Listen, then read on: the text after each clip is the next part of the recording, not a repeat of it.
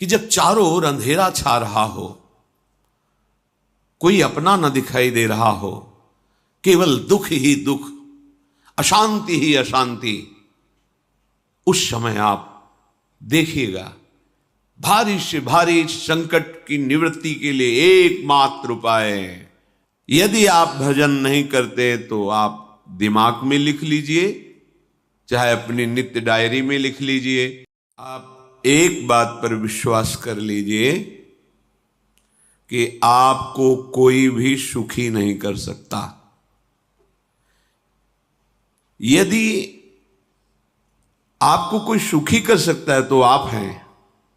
बिल्कुल घनीभूत अर्थात ठोस बात है, इसे समझ लेना। यदि आप अपने विचार के द्वारा, विवेक के द्वारा अधर्माचरणों का त्याग करके धर्म पूर्वक जीवन व्यतीत करते हुए भगवान नाम जप करते हैं, तो पूर्व पाप कर्म के अनुसार जब देह रचा गया तो उसमें जो प्रारब्ध दुख सुख का है वो तो आएगा, पर आपको परास्त नहीं कर पाएगा। और आगे आपके लिए महासुख है जो दुख और सुख दोनों से परे है। अखंड प्रसन्नता, अखंड आनंद, वो केवल आपके करने से होगा। उपदेश मिल सकते हैं, मार्ग बताया जा सकता है, आपको सहयोग मिल सकता है, पर चलना आपको होगा।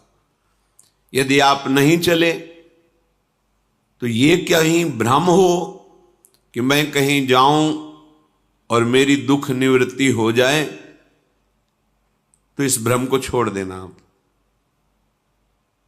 क्योंकि हम आप तो बहुत छोटे जीव हैं, अर्थात बहुत लघु तपस्या, लघु पुण्य वाले हैं। हम उन महापुरुषों की बात करते हैं जिन्होंने आजीवन ऐसा तप संचय किया, फिर भी उनके शरीर में भारी से भारी दुख देखे गए। ये दुख और सुख एक भ्रमात्मक इंद्रजाल है माया का, ना दुख है न सुख है। जैसे जो सपने सिर काटे कोई, बिन जागे दुख दूर न होई, ऐसे स्वप्न में तुम चक्रवर्ती सम्राट बन जाओ तो जगने पर तुम थोड़ी रहोगे, तुम जो हो वही होगे। हम भगवान के चिदानंद अंश हैं। ये भूल कर हम अपने को स्त्री पुरुष, अच्छा बुरा, धनी निर्धन, दुखी सुखी आदि आदि बहुत सा प्रपंच है, इसे हम अपने दिमाग में बैठा लिया है। जब तक आप ये प्रपंच नहीं छोड़ोगे तब तक आपको सुखी कोई कर ही नहीं सकता, क्योंकि दुखालयम नाशवान संसार का तो तुमने अस्तित्व रखा है। अगर ये किसी के दूर करने से होता तो स्वयं जगत गुरु परब्रह्म परमात्म तत्व भगवान श्री कृष्ण सामने हैं और अर्जुन को कह रहे हैं, मात्रा स्पर्शास्तु कौन्तेय शीतोष्ण सुख दुखदा आगमा पायनो अनित्यास्तास्तितिक्षस्व भारत। हे भारत, हे अर्जुन, ये आने जाने वाले अनुकूलता प्रतिकूलता, गर्मी शीतलता, अर्थात काम क्रोध लोभ मोह मद मत्सर अपमान निंदा, ये सब ताप पहुंचाते हैं। अनुकूलता सम्मान यश कीर्ति धन वैभव मानी हुई मान्यता, ये सब शीतलता पहुंचाते हैं। ये उष्णता और शीतलता, अनुकूलता और प्रतिकूलता आने जाने वाले हैं। भगवान ये नहीं कह रहे मैं मिटा दूंगा, कह रहे तास तितिक्षस्व भारत, हे अर्जुन ये तुम्हें सहना होगा। यदि तुम इसे सह गए तो तुम्हारे हृदय में ऐसी स्थिति प्रकट हो जाएगी कि फिर ये स्पर्श भी नहीं कर पाएंगे। सहने से तुम्हारी भक्ति बढ़ेगी, तुम्हारा चिंतन बढ़ेगा, तुम्हारा स्मरण बढ़ेगा, सत्य वस्तु के लिए, सत्य तत्व के लिए तुम सुखी हो जाओगे। बिल्कुल खुली बात। आडंबर नाटक पाखंड इसकी जरूरत नहीं है। प्राकृतिक भोगों में सुख बुद्धि, देहाभिमान, विद्या रूप महत्व कुल धन यौवन अभिमान, यही तुम्हारे दुख का मूल है और ये कोई दूसरा नहीं हटा सकता। ये तुम्हें अपने विवेक सत्संग से प्राप्त हुए विवेक के द्वारा, शास्त्र स्वाध्याय से प्राप्त हुए विवेक के द्वारा इसे तुम्हें त्यागना है।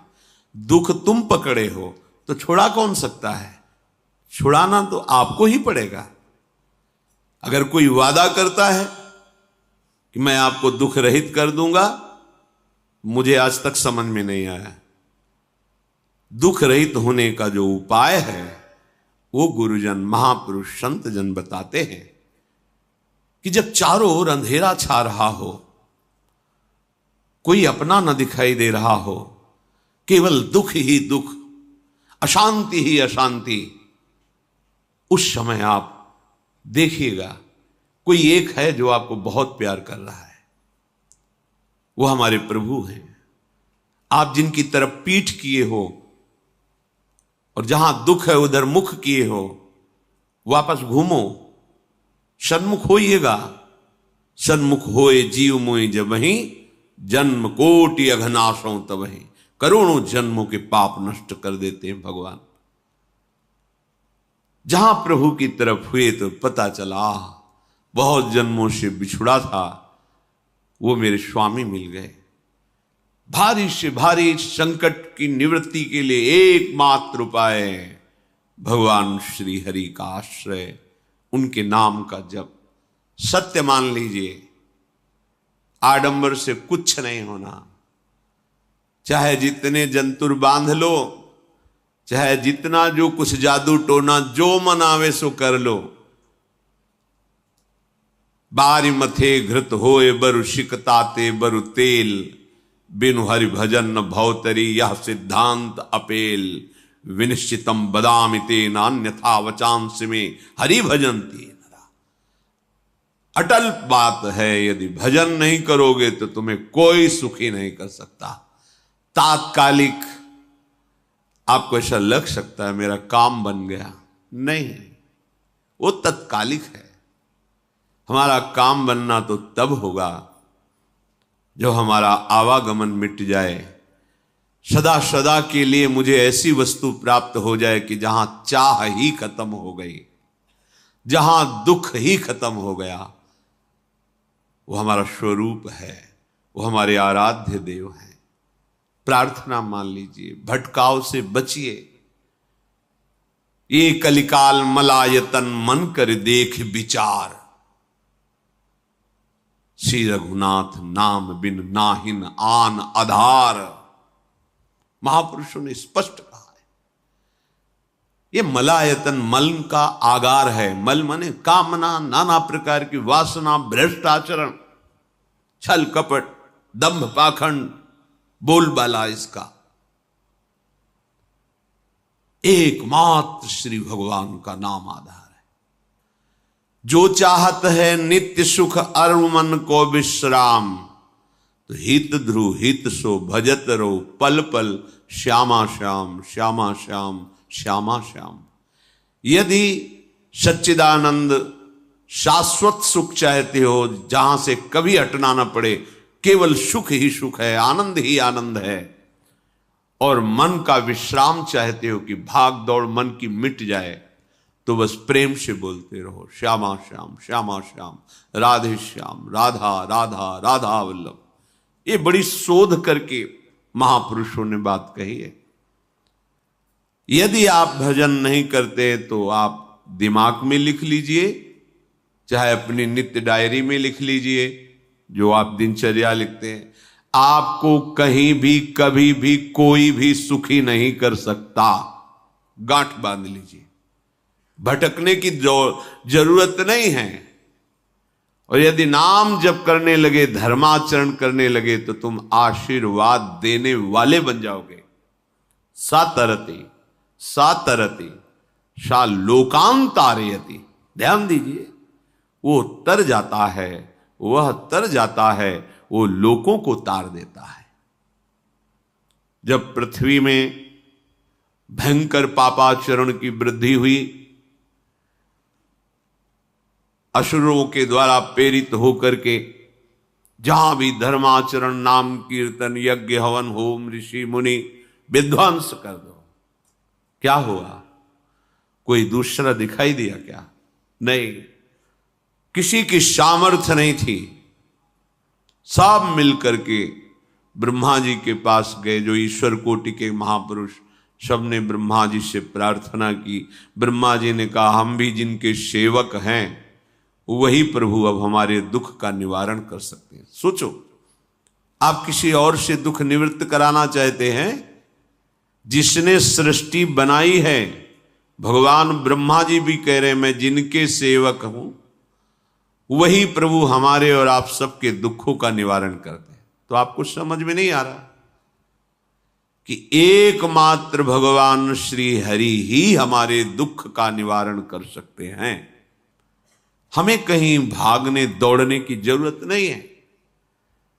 साधु समागम इसलिए किया जाता है कि हृदय पवित्र हो जाए, पवित्र हृदय की पहचान बुद्धि में विवेक का प्रादुर्भाव हो जाए, और विवेक से मोह का नाश करके हम निरंतर प्रभु के प्रेम में डूबे, भजन में डूबे। सबने एक साथ मिलकर के विचार किया कि महासुख सिंधु प्रभु से विनय करनी तो कहां जाया जाए? वैकुंठ चले, किसी ने कहा क्षीर सागर चले। अपनी अपनी भावना व्यक्त कर रहे थे। तेहि समाज गिरजा में रहेऊ, अवसर पाई वचन एक कहेऊ, हरि व्यापक सर्वत्र समाना, प्रेम ते प्रगट होई मैं जाना। हे गिरिजा, परम वैष्णवाचार्य भगवान महादेव जी कहते हैं, उस देव समुदाय में हम भी थे। हमने कहा कि हमारे तो हृदय में बात ऐसी आती है कि कहीं भागने की जरूरत नहीं है। हरि व्यापक सर्वत्र समाना, जैसे वो वैकुंठ में विराजमान है, क्षीर समुद्र में विराजमान है, ऐसे कण कण में विराजमान है। बस तुम प्रेम से पुकारो, जहां पुकारोगे वहीं प्रभु प्रकट हो जाएंगे। नाम बाणी जहां श्याम श्यामा तहां, नाम बाणी निकट श्याम श्यामा प्रगट। सिद्ध सिद्धांत है, भटकने की जरूरत नहीं। जहां हो वहीं से प्रिया प्रीतम का नाम पुकारो, नाम कीर्तन करो, उनकी लीलाओं का गायन करो, सबको सुख देने की भावना करो। देखो तुम्हारी दृष्टि बदलती चली जाएगी, भगवत साक्षात्कार करने की योग्यता आने लगेगी। ऐसा ही हुआ। सबने मिलकर के श्री भगवान को विनय पूर्वक आर्त भाव से पुकारा। आकाशवाणी हुई, निर्भय हो जाओ, निश्चिंत हो जाओ, मैं स्वयं अपने अंशों के सहित अवतार लेकर इस भूमि का भार हरण करूंगा। तुम सब बड़े बड़े जो देवता हो, जाओ हमारी लीला में सुख लेने के लिए सब ऋक्ष वानर आदि का रूप धारण करो।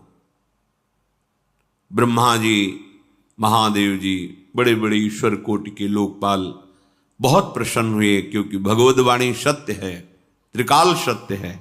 सबको विश्वास हो गया कि अब मारा तो जाएगा ये महासुर, जिसको लगता था कोई ना मंत्र के द्वारा मार सकता है, ना अस्त्र के द्वारा मार सकता है। स्वयं श्री भगवान पधार रहे।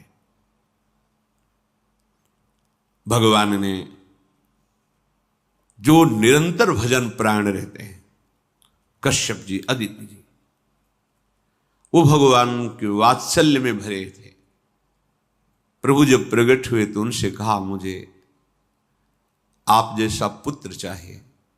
प्रभु ने कहा कि मेरे जैसा तो मैं ही हूं, अद्वितीय हूं, दूसरा कोई है नहीं, मैं ही अवतरित होऊंगा। भजन में देखो कितनी सामर्थ्य है। जगत पिता को पुत्र रूप में प्राप्त कर रहे हैं। वही चक्रवर्ती सम्राट अवधपुरी के नरेश महाराज दशरथ जी के रूप में, जिनके महामहिम अद्भुत सौभाग्य प्राप्त करने वाली 3 ये रानियां, श्री कौशल्या जी, श्री कैकेयी जी, श्री सुमित्रा जी। भगवान वशिष्ठ जी इनके गुरुदेव हैं। प्रायः बड़े बड़े महान जो राज्य पालक रहे उनके ऊपर, राजा के ऊपर महाराजा विराजमान रहे।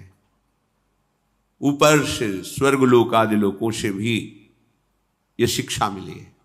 देवराजेंद्र तो भगवान बृहस्पति, दैत्यराज बलि तो भगवान शुक्राचार्य, जनक जी तो सदानंद जी महाराज, दशरथ जी तो वशिष्ठ जी महाराज। ऐसा था, क्योंकि जहां हमारा विवेक काम नहीं करता वहां ये ब्रह्मबोध संपन्न महापुरुष तत्काल हमको संभाल